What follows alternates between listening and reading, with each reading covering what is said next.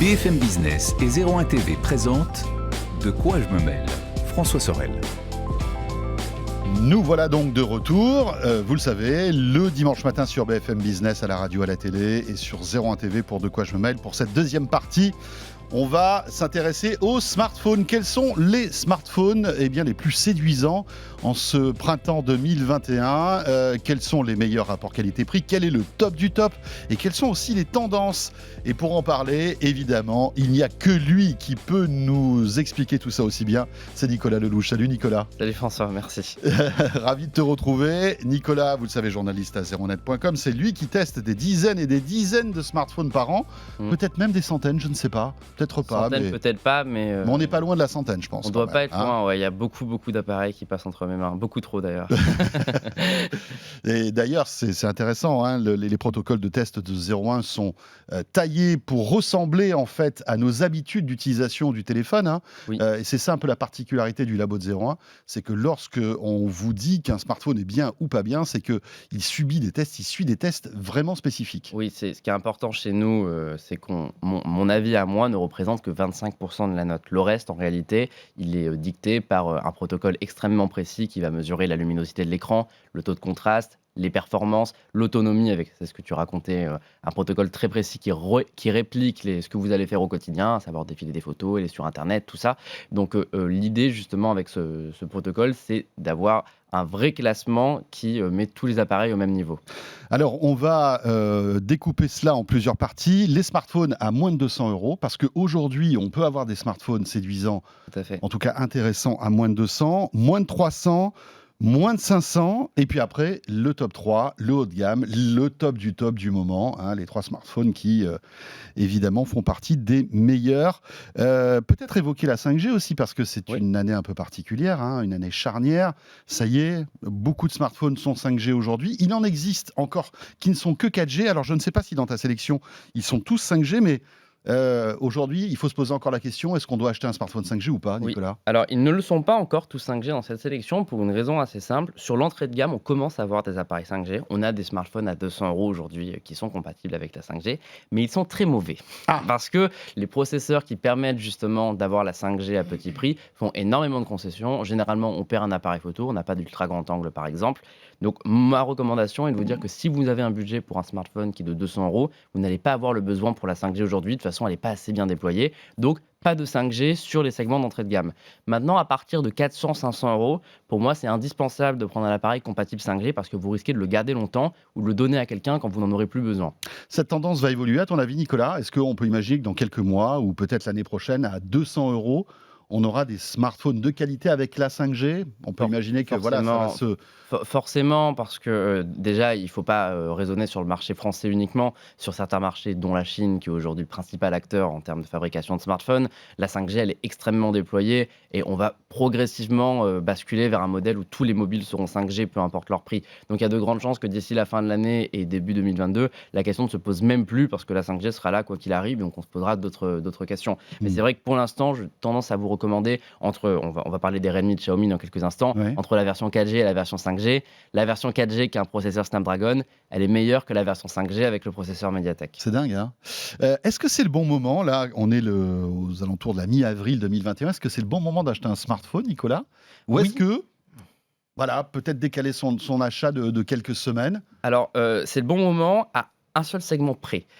Pour l'entrée de gamme, le milieu de gamme et le haut de gamme, tous les constructeurs ont fait leurs annonces et ils sont prêts justement pour toute la saison, pour l'été. Donc là, c'est le bon moment. Par contre, le segment du haut de gamme à prix cassé, celui qu'on appelle le flagship killer en général, c'est pas forcément le bon moment parce que vous vous doutez que vu qu'en début d'année, on a tous les smartphones haut de gamme, les constructeurs, ils veulent vendre les smartphones les plus chers. Donc du coup, les modèles comme le Galaxy S20 FE l'année dernière, par exemple, ils seront renouvelés en fin d'année et c'est à ce moment-là, vers Noël, que ce segment-là sera vraiment intéressant. Oui, on va dire que la deuxième fenêtre de tir, ce sera pendant la sortie du nouvel iPhone, où là, Samsung, par exemple, sort son iPhone killer, et là, ça sera sans doute le S21 FE. Tout à fait, ce sera septembre-octobre. Septembre-octobre, c'est généralement la période où on a le plus de smartphones, avec février, mars, avril.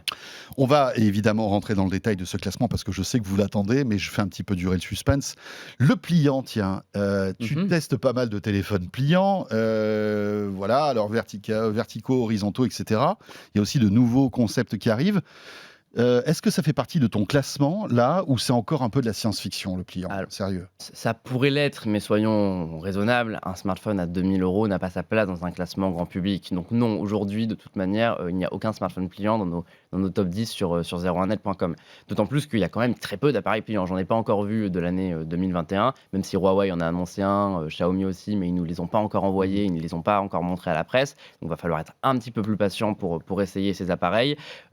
Ça pourrait changer dans l'année, surtout si Samsung arrive à faire baisser les prix comme les rumeurs l'annoncent. Si Xiaomi lance son mobile pliant en France, qui pourrait avoir un tarif à peu près similaire à celui d'un ultra haut de gamme chez la concurrence. Donc on va voir comment ça évolue, mais aujourd'hui, c'est des appareils réservés vraiment aux geeks, réservés aux utilisateurs qui n'ont pas peur d'avoir les premiers défauts de première génération, même si je continue à dire que je les trouve excellents à titre personnel. Donc on ne peut pas vraiment les recommander à tout le monde. Est-ce que tu penses que dans quelques années, dans le top des smartphones du moment, il y aura du pliant? Est-ce que c'est une tendance Je pense même que, vu la qualité du Galaxy Z Fold 2 cette année, si le Z Fold 3 est au niveau, il gomme quelques défauts et il améliore justement tout ce qui n'allait pas l'année dernière, pour moi, ça sera le meilleur smartphone du moment. C'est déjà aujourd'hui le Galaxy Z Fold 2 mon téléphone préféré. Le truc, c'est qu'il coûte 2 fois plus qu'un smartphone haut de gamme concurrent et qu'il y a encore toutes les interrogations sur comment ça va évoluer. Donc, c'est compliqué de le mettre au sommet.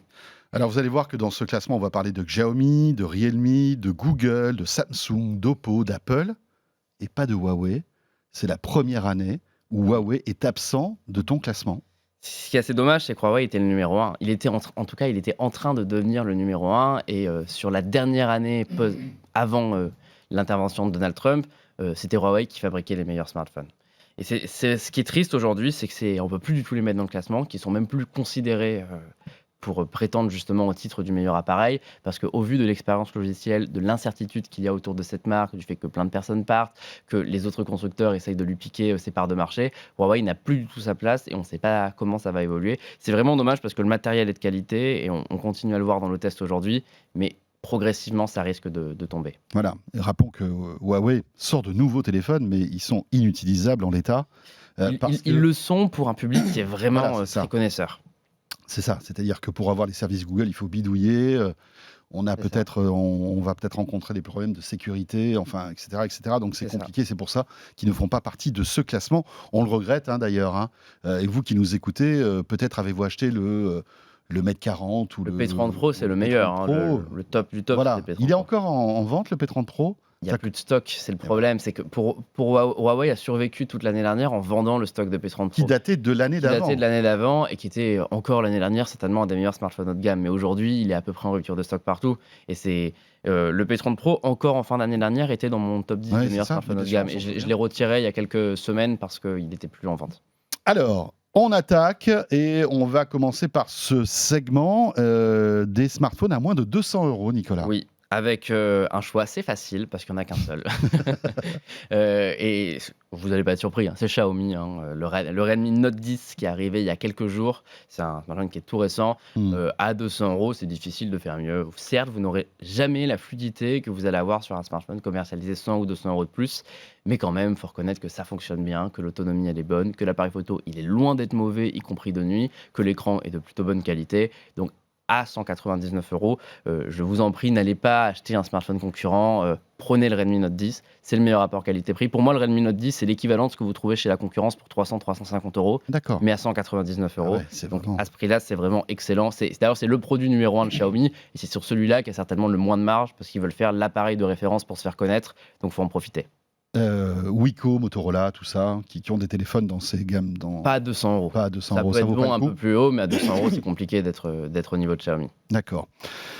Et donc, pour on va dire moins de 200 €, on a un téléphone qui, comme tu le disais, tient la route et on ne sera pas ridicule avec. C'est-à-dire qu'on pourra avoir tous les usages qu'on a, même le jeu Alors oui, avec quand même quelques limites. La qualité graphique ne sera pas exceptionnelle. C'est ça qui est assez étonnant avec ces téléphones, c'est qu'ils ont des bons processeurs qui sont bons justement pour les performances du quotidien.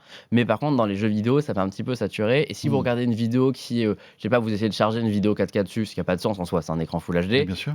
Parfois, ça peut complètement planté. C'est là où on voit les limites de ces processeurs, les processeurs d'entrée de gamme. Mais après, en réalité, je pense que la personne qui achète ce téléphone ne va pas télécharger volontairement une vidéo en 4K. Non. Donc elle va pas vraiment expérimenter ça. Et c'est généralement des personnes qui n'ont pas connu les téléphones à 1000 euros en face, donc ils ne se rendent même pas compte que le téléphone est un petit peu plus lent que la concurrence. Donc non, Redmi Note 10, c'est vraiment mon conseil. Quand un de mes proches m'appelle et me dit cherche un téléphone, j'ai un budget de 300 euros, je lui dis Redmi Note 10, qui est à 200. Ah oui, donc, d'accord. Pour vous dire à quel point c'est quand même un appareil d'exception. C'est-à-dire que même si on rajoute 100 euros, ça reste quand même le leader de cette gamme de prix. Il peut y avoir mieux, on va en parler dans quelques instants, mais à 199 euros, au moins on économise de l'argent et c'est imbattable. Il n'est pas 4G. Il n'est pas 5G, pardon. 4G, il l'est, mais il n'est pas 5G. Il n'est pas 5G. Peut-être le modèle de l'année prochaine, on verra bien. On monte un petit peu en gamme. Allez, on a réussi à gratter un petit peu. On arrive à avoir un budget de 300 euros. Et là, qu'est-ce que tu nous proposes pour 300 euros ? À 300 euros, on a deux choix. On en a un justement qui coûte justement pile 300 euros et un autre qui coûte 250 euros. Donc ça va aussi dépendre de votre budget. Ma préférence, elle va justement au Realme 8 Pro qui coûte 299 euros, qui est un appareil qui est assez étonnant parce que il réunit plusieurs caractéristiques habituellement exclusives au haut de gamme et il les décline sur l'entrée de gamme. Par exemple, la recharge ultra rapide. Ce téléphone se recharge en une demi-heure. Sur un segment de 200 euros, il y a encore un an, ça mettait 3h30 à se recharger. Ouais, c'est dingue. C'est là où on voit le progrès. C'est là où on voit que la Chine, elle apporte vraiment quelque chose. Realme, il faut rappeler que c'est le petit cousin d'Oppo. Donc, évidemment, ils n'ont pas inventé cette technologie de recharge ultra rapide. C'est la même. Ils récupèrent les technologies d'Oppo, ils changent le nom, mais c'est exactement la même chose. À l'arrière, vous avez un appareil photo de 108 mégapixels, un capteur de 108 mégapixels. Ça, c'est une fonction généralement qu'on retrouve que sur le haut de gamme, sur le Galaxy S21 Ultra notamment. À 300 euros, c'est du jamais vu.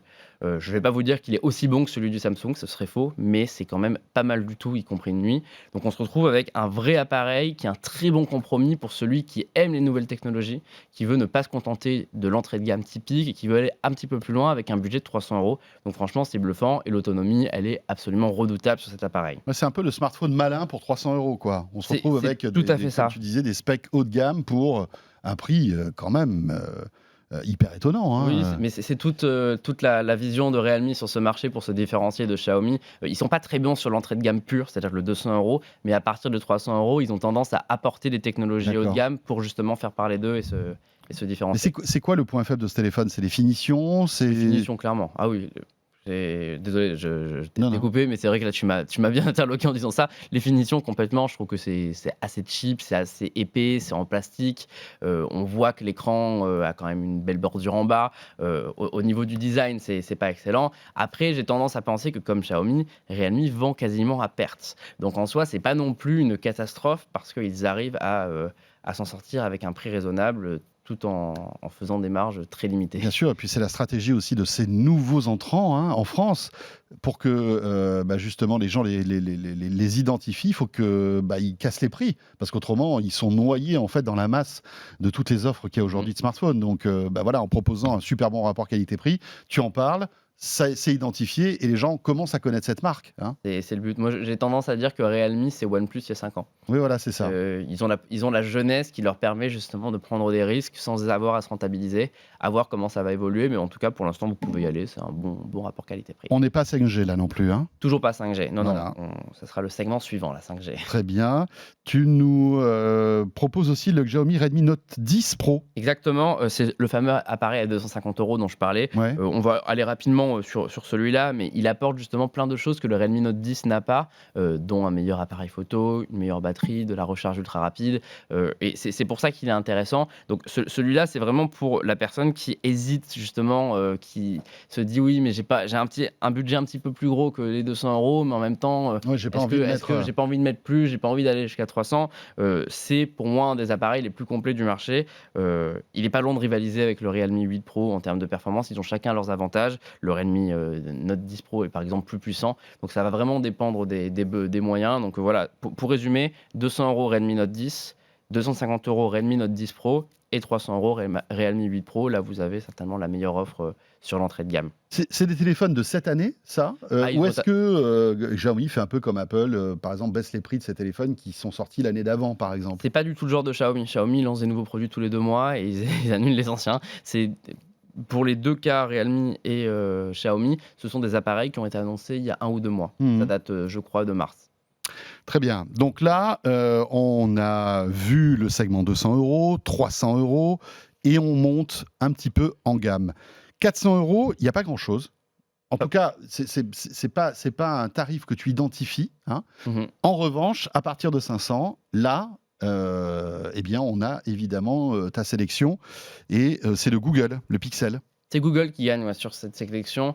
Déjà, pourquoi on n'a rien sur 400 €? Parce qu'en fait, à 300 €, vous avez des choses aussi bonnes qu'à 400 €. Le segment 300-400 se ressemble énormément, donc autant prendre celui à 300 € qui, en plus, selon moi, est meilleur. C'est étonnant, hein. Les constructeurs pourraient C'est justement essayer de Mmh. de se positionner avec un smartphone, un peu particulier aux alentours des 400 €, non? Je pense qu'il y a des études de marché aussi qui Ouais. disent ça, qui disent que les gens se disent: «Je veux un téléphone à 300 € ou j'ai un budget de 500 €», donc ils vont pas trop sur ce segment. Samsung y est avec les Galaxy A, le Galaxy A52, je l'ai pas encore testé, c'est aussi pour ça qu'il est pas dans ce classement, mais généralement, il est quand même inférieur au téléphone chinois. Mais c'est vrai que le 400 € est assez oublié par les constructeurs, aujourd'hui.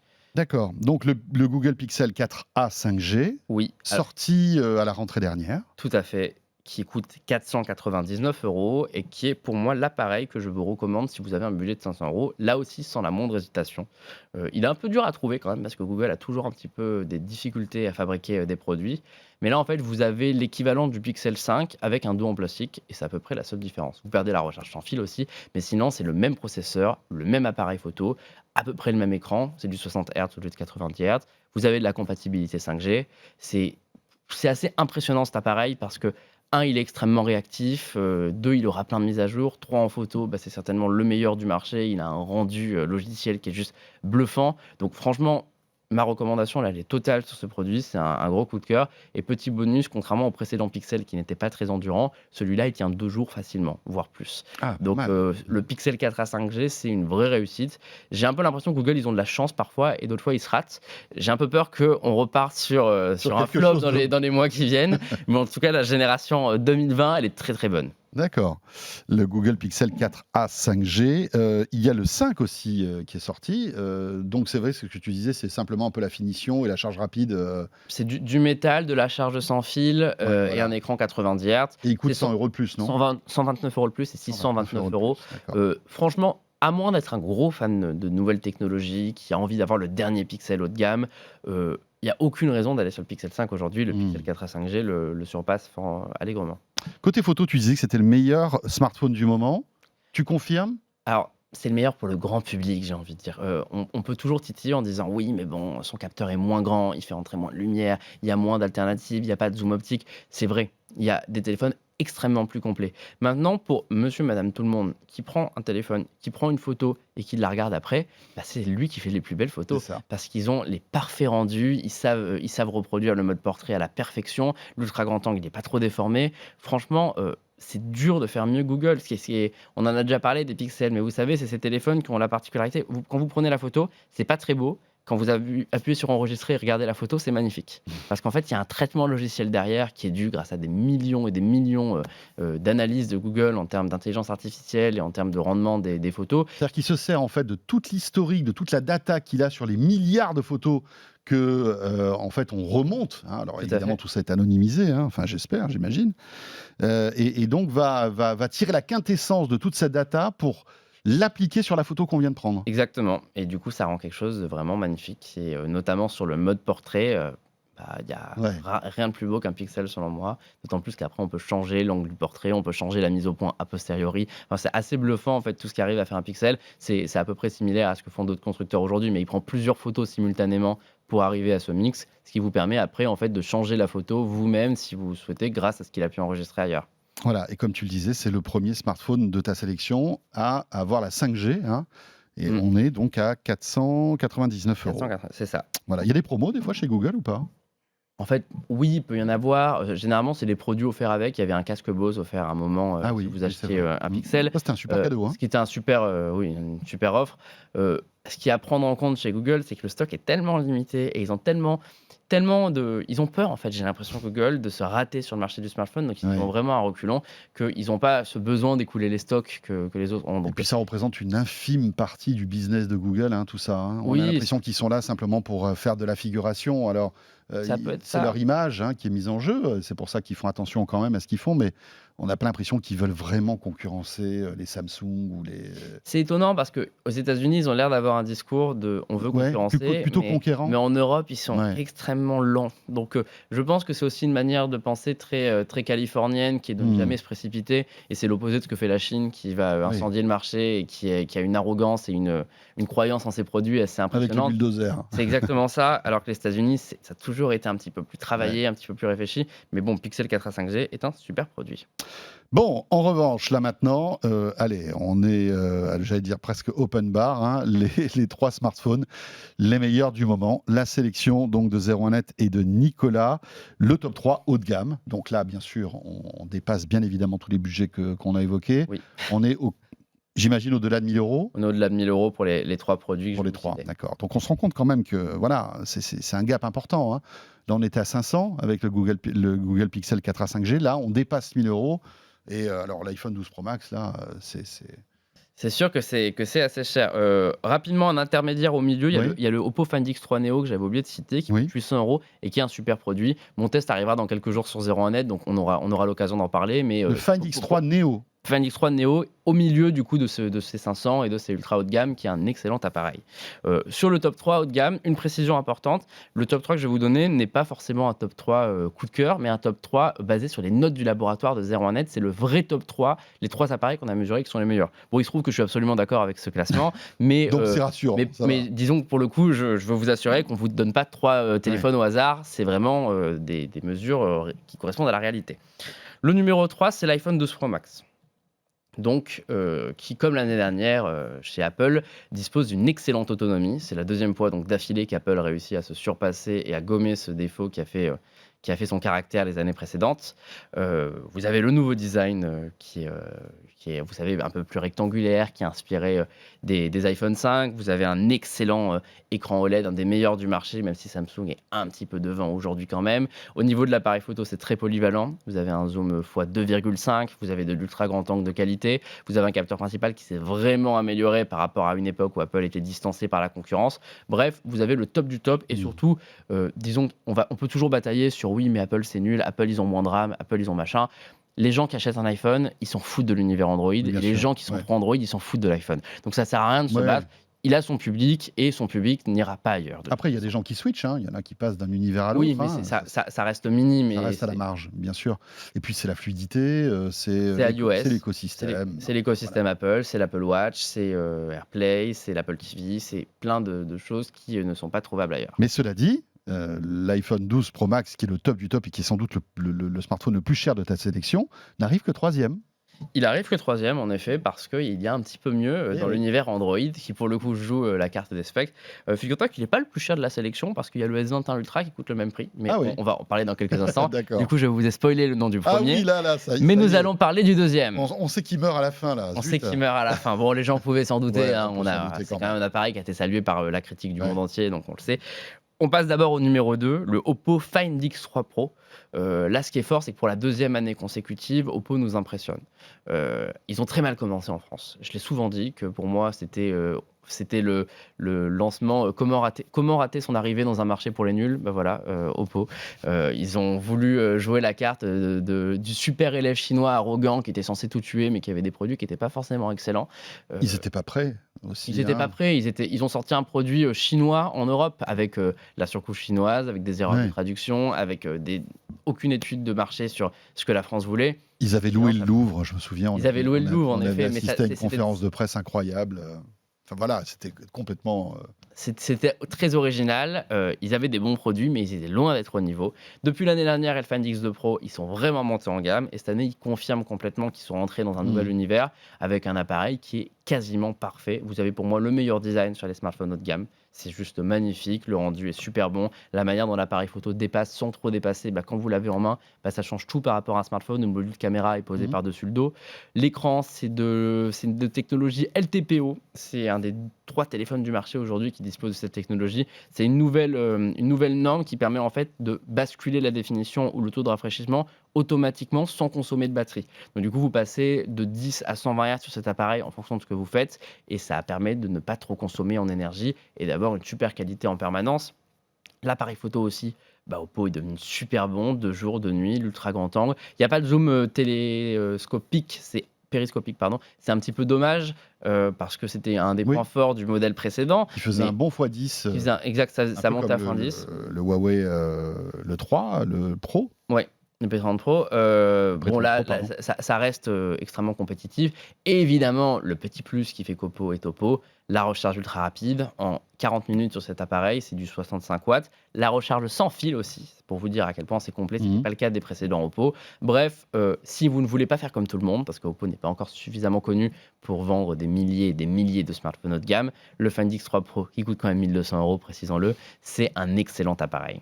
Et puis donc Samsung, qu'on n'avait pas cité depuis le début de ce classement, eh bien se rattrape puisque c'est le numéro 1 de la sélection de 01net actuellement. Ouais, c'est un peu dommage avec Samsung, c'est généralement la gamme Galaxy A, même si elle commence à s'améliorer, elle est un petit peu distancée par rapport avec les constructeurs chinois, mais sur le haut de gamme, ça reste la valeur sûre. Le Galaxy S21 Ultra, il sait tout faire. Donc c'est le top du top. C'est le top du top, il fait tout bien. C'est-à-dire que le Galaxy S20 Ultra, il allait peut-être un petit peu trop loin et il le faisait mal, du coup c'était moyen, c'était un bon produit, mais qui en même temps n'était pas le meilleur. Là, des problèmes de batterie, de chauffe. Gros problème de batterie, c'est clair. Là, le S21 Ultra, le S21 Ultra, il n'a pas la meilleure batterie du monde, mais bon, il tient la journée, c'est ce qu'on lui demande en quelque sorte. Il a un très grand écran OLED qui lui aussi est LTPO, qui offre la meilleure luminosité du marché. On dépasse les 1000 candela par mètre carré. C'est une première pour le laboratoire de 01net, donc c'est vraiment excellent. L'appareil photo, là on retrouve un grand angle de 108 mégapixels, qui est super bon contrairement à son prédécesseur, un très bon ultra grand angle aussi, et surtout un zoom x10. Donc c'est pas Huawei, c'était un x5 avec un x10 hybride. Samsung, c'est un vrai x10. D'accord. Donc du coup, on zoome en x10, on est en optique et on a une qualité nickel. On a une qualité parfaite. On peut techniquement monter à x100 en numérique. Je vous recommande pas de le faire. C'est pas très beau. Jusqu'en x30, ça reste quand même honorable. C'est l'appareil vraiment le plus complet du marché. Il n'y a peut-être pas de recharge ultra rapide, mais bon, il y a de la recharge sans fil. Les performances sont très bonnes. Le design, vous le voyez, on avait testé la version noir mat. C'est quand même extrêmement bien réalisé par rapport au prédécesseur qui avait un gros module caméra et un dos brillant qui n'était pas très beau. Là, c'est très beau. Le téléphone est réussi. Bref, celui qui aime les smartphones haut de gamme, qui veut le top du top, qui veut toutes les dernières caractéristiques du moment, notamment le Wi-Fi 6E, c'est le seul appareil avec le Wi-Fi 6E pour l'instant, avec le Asus, mais bon, le Asus, ça reste un truc de jeu vidéo, donc c'est pas non plus très grand public. Donc, franchement, le S21 Ultra mérite facilement sa place de numéro 1. Il est compatible avec le stylet, compatible avec le stylet S Pen des Galaxy Note aussi. Voilà, Samsung prévoyait depuis quelques temps déjà d'abandonner les Galaxy Note, donc c'est pour ça qu'ils l'ont donné cette compatibilité. Eh bien, voilà, avec ça, vous faites votre choix. Je pense que vous avez l'une des meilleures sélections du moment avec Nicolas Lelouch. Merci beaucoup, Nicolas. Merci, François. Voilà, et vous pouvez retrouver les détails de tous ces tests sur 01net.com, bien évidemment. De quoi je me mêle est terminé. Merci de nous avoir suivis. On sera là, bien sûr, le week-end prochain, à la fois sur BFM Business le dimanche, à la radio, à la télé, sur 01 TV, sur la chaîne YouTube et sur 01net.com, bien sûr. On est partout. À très vite. De quoi je me mêle sur BFM Business et 01 TV.